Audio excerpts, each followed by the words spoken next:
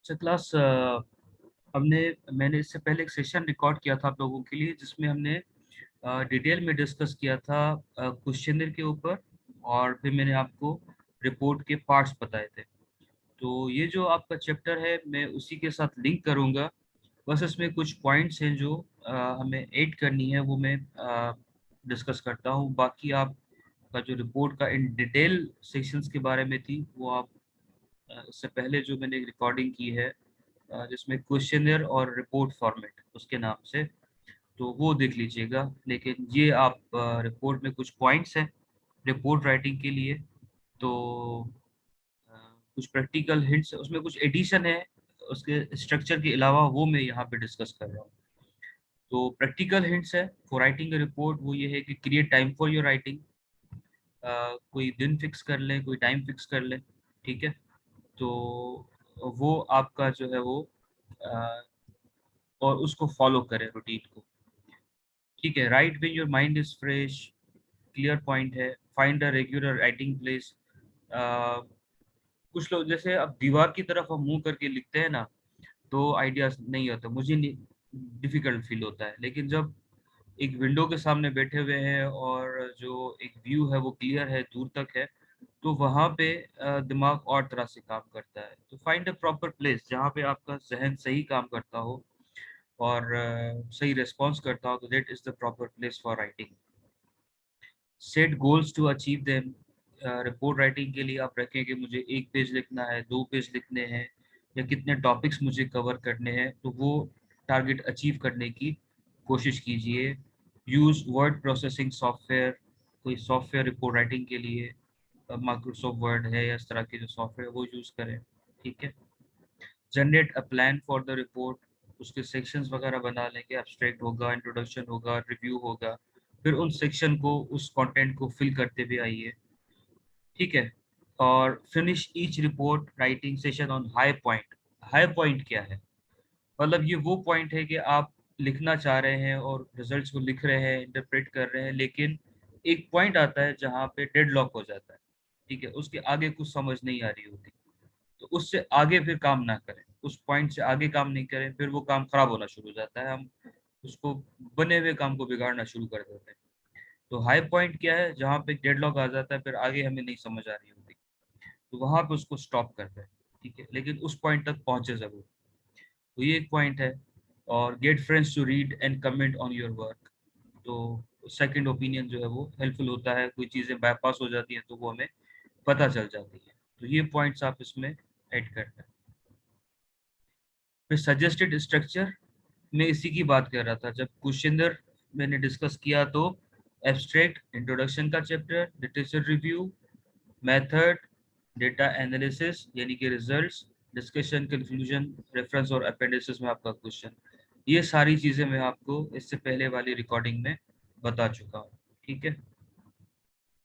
और academic report और consultancy report का मैंने आपको डिफरेंस बताया, ठीक है।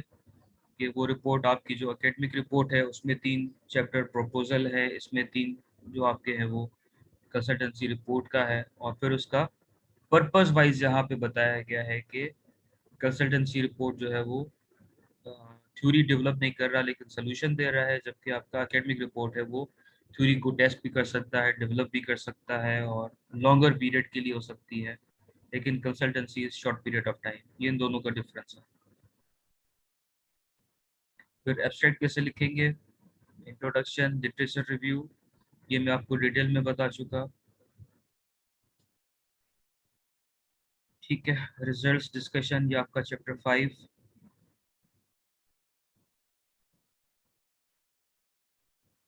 रिसर्च क्वेश्चन, ऑब्जेक्टिव्स, और फिर वो हाइपोथेसिस का मैंने जो आपको पॉइंट क्लियर किया था ना, कि कंक्लूजन का जो चैप्टर है, तो उसमें से रिसर्च हाइपोथेसिस जो है रिसर्च क्वेश्चन को आंसर कर रही है, और फिर उससे हमें ऑब्जेक्टिव को एक्सप्लेन करने में हेल्प हो रही है कि हम कौन सा डिस्काउंट पैकेज चेक करें, या हम एम्प्लॉय को कौन से बेनिफिट दें, जैसा मैंने डिटेल में आपको प्रीवियस में बताया है।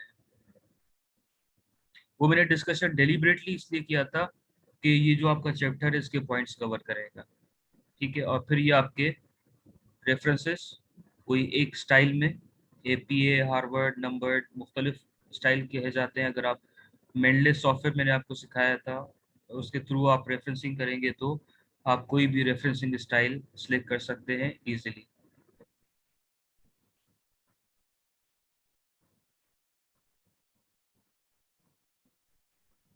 Report should be clear and simple. Grammar spelling की प्रूफ रीडिंग हर रिपोर्ट की जो फाइनल में सबमिट होने से पहले ग्रामर और स्पेलिंग चेक होनी चाहिए जो एक्सपर्ट है उनके साथ। ठीक है। प्रिजर्विंग एनोनिमिटी और रिवीजन। तो जी ये आपका था रिपोर्ट राइटिंग का। और फिर अगर हम बात करेंगे प्रेजेंटेशन की, इसमें आती है कि जब आप ओरल प्रेजेंटेशन करेंगे तो इसमें रूल फॉलो होता है 10, 20 और 30 का। इसका मतलब ये है कि 10 स्लाइड्स 20 मिनट्स और 20 मिनट्स और 30 फ़ॉन्ट साइज। तो ये आपके पास जो है वो एक स्टैंडर्ड है प्रेजेंटेशन शेयर करने के लिए। और 20 मिनट्स टाइम में जो है वो उसमें प्रेजेंट हो जाए तो बहुत अच्छा होता है। ठीक है। और टेक्स्ट के अलावा उसमें जो है वो अगर विजुअल्स ऐड हो जाते हैं, उसके अंदर ग्राफ्स ऐड हो जाते हैं, तो वो प्रेजेंटेशन आपकी अच्छी हो जाती है। तो report writing and oral presentation ये आपके दो टॉपिक्स हैं। आपका जो लास्ट चैप्टर है मोस्ट इम्पोर्टेंट, कि अगर सारा काम हमने किया उसको प्रेजेंट करना नहीं आया तो बस क्या किया। तो ये आपकी जो रिपोर्ट बनेगी बीबीए प्रोजेक्ट की, वो भी इसी स्ट्रक्चर पे बनेगी आपकी। अगर तो आपकी वो एक्सप्लेनेटरी स्टडी है तो आपको ये स्ट्रक्चर फॉलो करना पड़ेगा आपकी स्टडी का। ठीक है जी, हम लोग अब वापस आते हैं प्रेजेंटेशंस की तरफ, कंटिन्यू करते हैं।